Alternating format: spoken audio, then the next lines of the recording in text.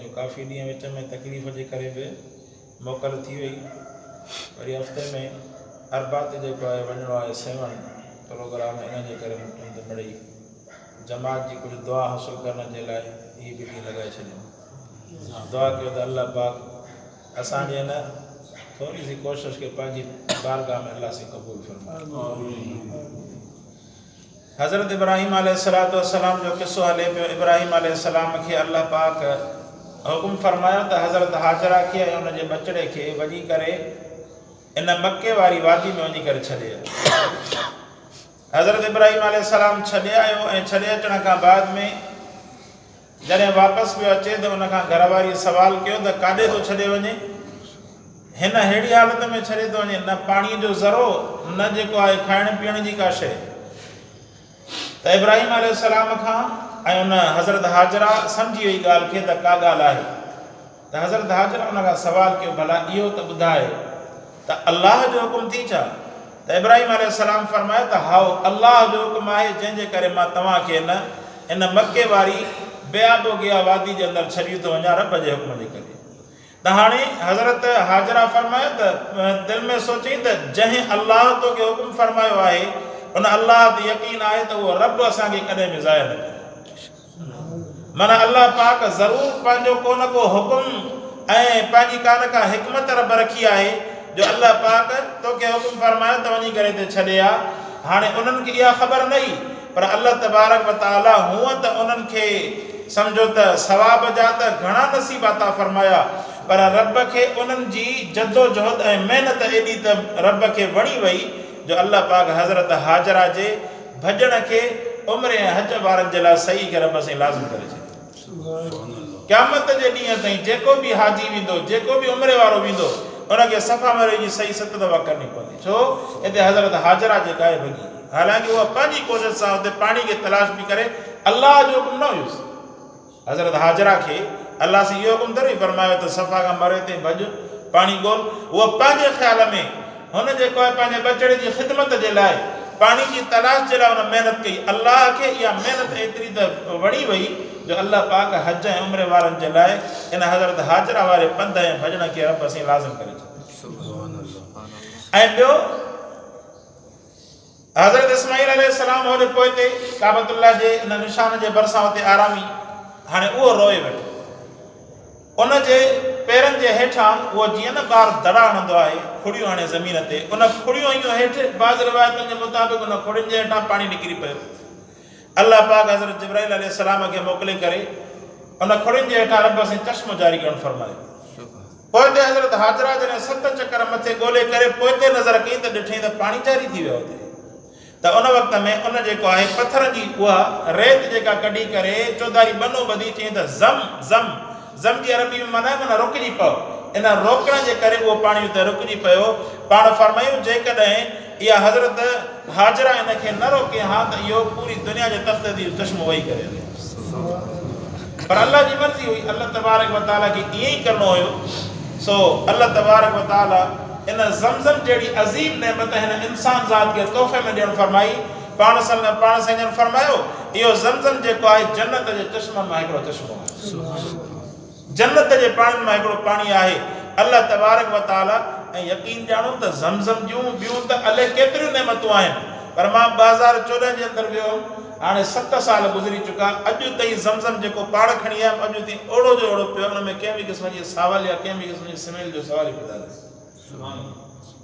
इहा अल्लाह तबारक इहा माना हिकिड़ो ख़ुसूसी आहे न। हाणे केॾो बि माण्हू केमिकल इस्तेमालु करे छा बि करे, पर उन में को न को शुबो थी सघे थो। पर हीअ अल्लाह तबारक व तआला अहिड़ो इन पाणी खे नेमत सां नवाज़ुन फरमायो। 7 साल थिया कंहिं स्मेल जो सवाल ई पैदा न, अञा ताईं पाणी महफ़ूज़ पियो आहे।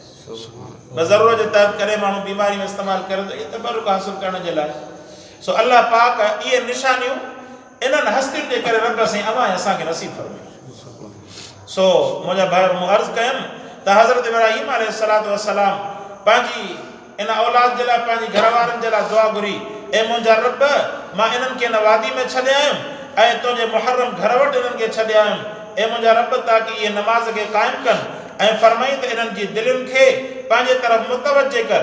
हा, माण्हुनि जी दिलुनि खे इन जे तरफ़ मुतवजे कर इब्तिदा हज़रत हाजरा का हज़रत इब्राहिम अलैहिस्सलाम करण फरमाई ऐं उन्हनि जी दुआ खे अल्लाह पाक क़बूल फरमायो। हज़रत इब्राहिम अलैहिस्सलाम दुआ घुरी, रब काइनात जे तख़्ते ते जेके बि इंसान आहिनि सभिनी इंसाननि जी दिलनि खे रब साईं इन काबतुल्लाह जे तरफ़ मुतवज्जे कर। अल्लाह पाक अहिड़ो त मुतवज्जे करणु फरमायो जो अॼु ॾिसो को बि अहिड़ो वक़्तु न हूंदो आहे जंहिं वक़्त में काबतुल्लाह जो तवाफ़ न हलंदो हुजे, सवाइ फ़र्ज़ नमाज़ जे हर वक़्त में जेको आहे काबतुल्लाह जो तवाफ़ पियो हलंदो।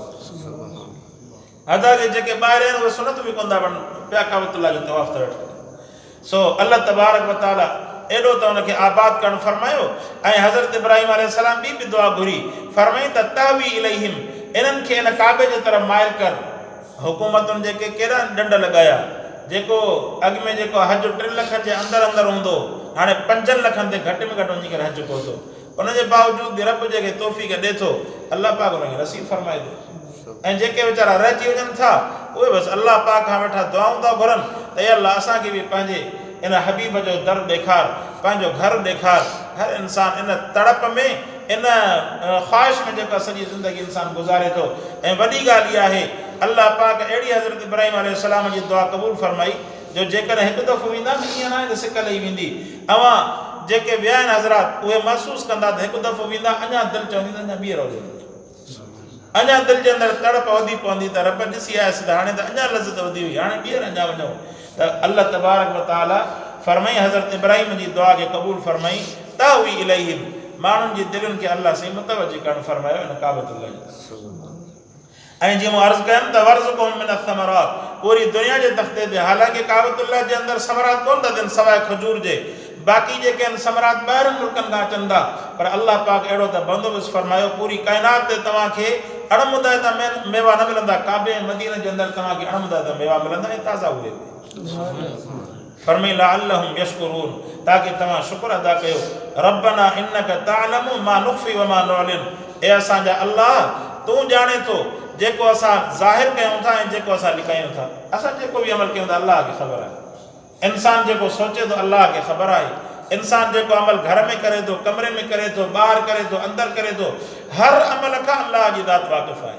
हाणे अल्लाह पाक हज़रत इब्राहिम अलैहिस्सलाम इहा दुआ घुरी, इन दुआ मां हिकिड़ी शइ आहे ज़ाहिर थिए थी त रब असांजी जेका नियत आहे उहा दुरुस्त आहे। इंसान नेक अमल कंदो, उनजे लाइ जेकर नियत दुरुस्त कंदो त अल्लाह पाक उनखे अजुर बि ओड़ो अता फरमाईंदो। हज़रत इब्राहिम अलैहिस्सलाम नियत खे दुरुस्त कयो ऐं पंहिंजी नियत जो इज़हार बि ॾेखारी त रब इन्नका तअलमु मा नुख़्फ़ी व मा नुअलिन, ए अल्लाह तूं ॼाणे थो जेको असां लिकायूं था ऐं जेको ज़ाहिर कयूं था, अमल ज़ाहिर कयूं लिकायूं, अल्लाह खे इल्मु आहे।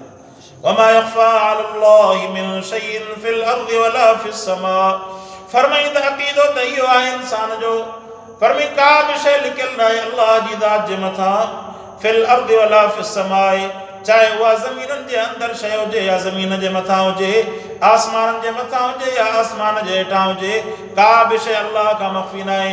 हर शइ अल्लाह जे मथां ज़ाहिर ज़ाहिर आहे। जीअं असां सिज जी रोशनीअ ते ज़मीन ते हलंदड़ जेकर केवल ॾिसंदा आहियूं न, अवां असांजो इहो ॾिसण बि ओड़ो ताक़तवर न आहे जहिड़ी रब जी ज़ात। चवंदा आहिनि त कारे पहाड़ में कारी किवली अंधेरी राति जे अंदरि जेकर 7 पहाड़नि जे हेठां बि उते जेकर हरकत करे थी त हुनजी हरकत खे मुंहिंजो रब ॼाणे थो। अल्लाह तबारक व तआला हर शइ खे ॼाणंदड़ आहे। हुवल्लज़ी युसव्विरुकुम फिल अरहाम, फरमाई त माउ जे पेटनि जे अंदरि तव्हांजी शक्लुनि खे, तव्हांजी सूरतुनि खे अल्लाह पाक सुहिणे अंदाज़ में पैदा फरमायो। हीअ अल्लाह जी ख़िलक़त आहे, अवां असांजी ख़िलक़त न आहे। इंसान कहिड़ो बि हुजे मुंहिंजे रब जी ख़िलक़त आहे। जेकॾहिं कंहिंखे अछो पैदा कयईं अल्लाह जी ख़िलक़त आहे,